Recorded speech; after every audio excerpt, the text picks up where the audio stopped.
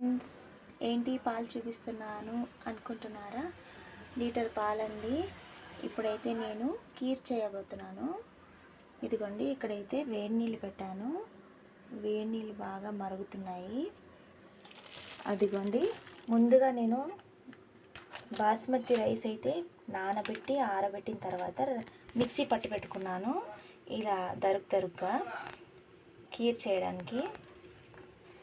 అలాగే మనం నెయ్యిలో వేసుకునే డ్రై ఫ్రూట్స్ ఫ్రెండ్స్, ఇలాచీ, సోపు, గోడంబి, ద్రాక్ష కీర్లోకి వేయడానికి.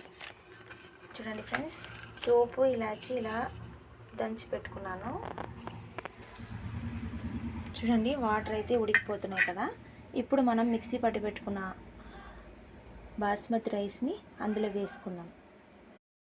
ఇదిగోండి ఫ్రెండ్స్, ఈ పౌడర్ మొత్తం ఇందులో వేసుకోవాలన్నమాట.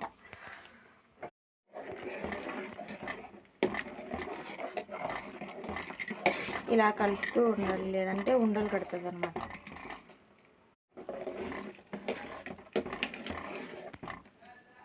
బాగా ఉడకనిద్దాం. అందులో షుగర్ వేయడానికి ఒక 1/2 కిలో. ఇదిగోండి, కీర్ అయితే రెడీ అయిపోయింది.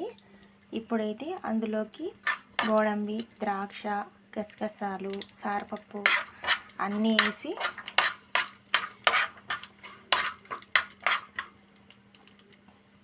పాయసానికి వేస్తున్నాను ఫ్రెండ్స్.